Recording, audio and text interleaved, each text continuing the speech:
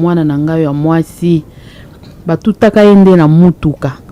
Tango batutaka na mutuka tomemaki tokende na hôpital. Esengaki batie libende na kati ya nzoto na ye. Tango batiaka libende, docteur atiaki libende aza spécialiste ya mikuwa te. Akenda kobebisa likolo ya mwana bandeko na nga likolo ya mwana etenga mikomi mulai na mukuse. Na minito libendo wana etoboli deja misuni na kati. Docteur abito umela te ba infection ezo mata soki mati eza mabe makasi bandeko na ngai to umisa te so to umisi ba okata ye likolo. Na minito naza ya kosuka ya liboso na sala ki mingi ndenge na ye boye po naza ya kosuka. Papa na ya kufa tikaka na age ya 12 aza na tata te na bota bango misato. Ye mutu asunganga nga pe to sungana ka pe ka muke likambo abona si na suki na komi na suka yango na ye boye. Nazo senga na mutu nyonso o azokanga na tango aza na mutema mawa. Bandeko na nga ba diaspora baza libanda ya mboka. Bokela nga mabozo mona nga na tango nga ndeko na bino. Mama Walesa Angel, papa Walesa abeta shuda papa kotika nga te soko ozolanda nga na tango bandeko na nga na bondeli bino. Na bondeli bino. Mama Olive botika nga te, mama Nyakero, mama Felice botalanga na miso na likambo mwana ngo na sina komi na suka na suki ezo senga operation po balongole libende wana bakangisa likolo wana ezonga normal bandeko na ngai na fandi na Pascal Monkali asina suki ndenge na zapo bandeko na nga bosunga ngai pardon ba diaspora bandeko na nga ba diaspora bazali banda mboka ba diaspora botika ngai te botika ngai te lisugi eza te bandeko na nga botalanga na miso mawa. Naza pe na famille yango malungwa te bandeko na ngai. Likambo komeli ngao na yebaki te.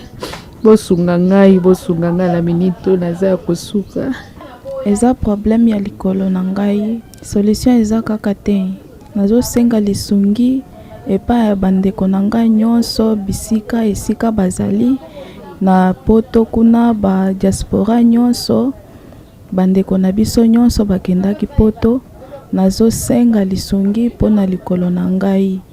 Naza na moyen te kolia kolala pasi kosala grand besoin pasi makambo nyonso kaka natambolaka te.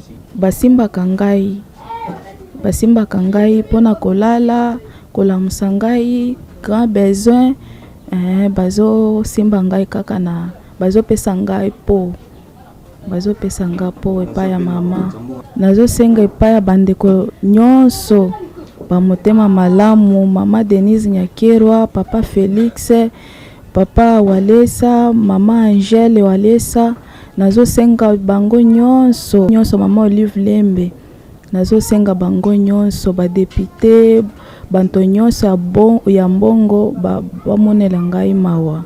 Basonga ngai ba diaspora nyonso bango nyonso natangi awa bango natangi te bango nyonso nazo senga kaka nazo senga lisungi pona likolo na ngai. Soki botiki ngai bakokata ngai likolo docteur alobi ke koumela te parce que mukuwa ebandi kosanza mai mukuwa ezo sanza mai bonene oyo naza nango eza ya ngai te eza maladi.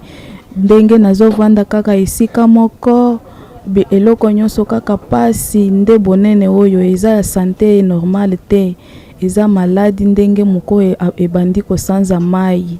Docteur alobi ke koumela te soki bokoumela bakokata likolo. Infection soki ekomata na kokufa balobi bongo epa ya docteur spécialiste alobi ke eza na eta moko ya mabe il faut bosala mbangu. Nazo senga na ngolo ya Nzambe kotika ngai te bandeko na ngai.